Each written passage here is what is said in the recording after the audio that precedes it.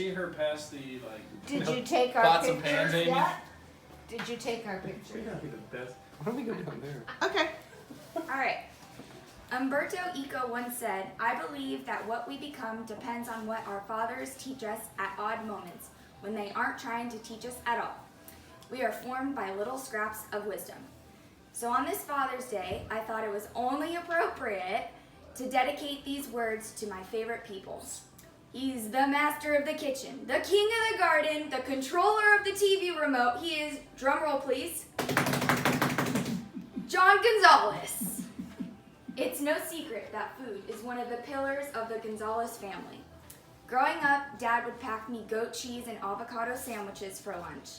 Instead of telling me and my friends to stay 5 feet away at school dances, no problem. He just loaded us up on garlic pesto pasta. And yeah, they stayed at least 5 feet away from us. He hosted countless team steak dinners before big matches where he fed 20 hungry teenage girls with endless amounts of garlic bread. I'm starting to see a trend with the garlic here. He even barbecued chicken platters for me and my friends to share on high school game days. Needless to say, my taste buds have been spoiled since I could eat solid foods. The tradition of good food continues by the ritual of Sunday dinner. Neighbors and friends practically lobby to get a seat at the Gonzales table to savor a bite of Dad's weekly creation. I mean, who can blame them? The aroma of simmering spices and crackling fresh baguettes. I'm getting hungry just thinking about it. Dad puts on a show in the kitchen. The way he can chop, stir, blanch, and saute all at once. You would think he has go-go gadget arms.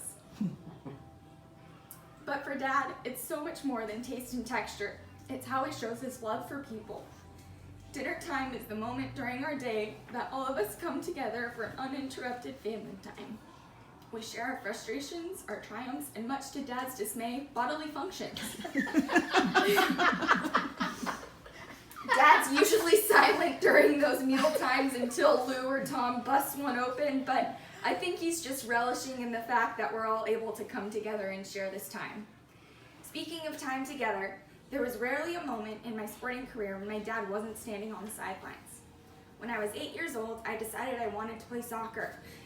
Being a lover of baseball, football, and really just anything sports, he opened his arms to my newfound passion.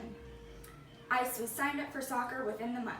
He even got his coaching license and coached my first soccer team. He studied drills and put together practices for a group of quirky and distracted 8-year-olds. He took me to Stagecoach Park where he spent hours juggling and improving our long balls together. We learned the sport together.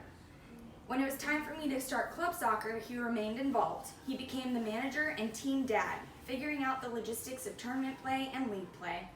He even dragged his crew in the fire truck to watch my high school games. When I went to college, he flew cross country to cheer on the Ducks. He was there for all big games, playoffs, even tearing my ACL. I mean, this guy even battled Hurricane Sandy just to come watch my last career soccer game as we took on St. John Fisher in the league semis. When the final whistle blew, he was the first one to walk across the field and give me a hug to comfort me.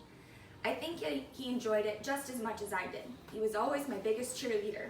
Go, Dad! Perhaps the most impactful things my dad has done are the ones that don't require words at all. Dad's ability to lead by example is something I respect the most. The choices he's made in life shows me how to create an honorable life for myself. He's dedicated his life as a firefighter to keep our community safe. He's used the jaws of life on the side of the highway more times than I can count.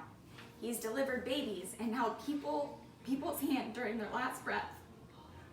He's been on the news and in newspapers because of his dedication to keeping our community safe and sound. He even rescued a family from a car accident on 395 up on Mammoth before first responders arrived. I mean, what a guy.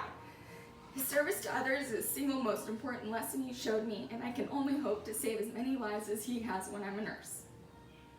Some of my most favorite and cherished memories are with my dad. Growing up, he never put me to bed without a bedtime story. He took me on camping trips where we spent hours fishing and living in the woods, living like cowboys. We traveled around New Zealand for weeks, just the two of us. He taught me how to cook and how to entertain a crowd and make mojitos. Dad, I can only hope to be half the parent you are to me. When Brian and I have kids, I really hope that I have at least one boy, because this world needs more men like you. I'm proud to say that you're my father, and I'll hold your hand forever. To the guy that looks at a garden of weeds and sees a multicolored rose bushes. Bravo, Dad.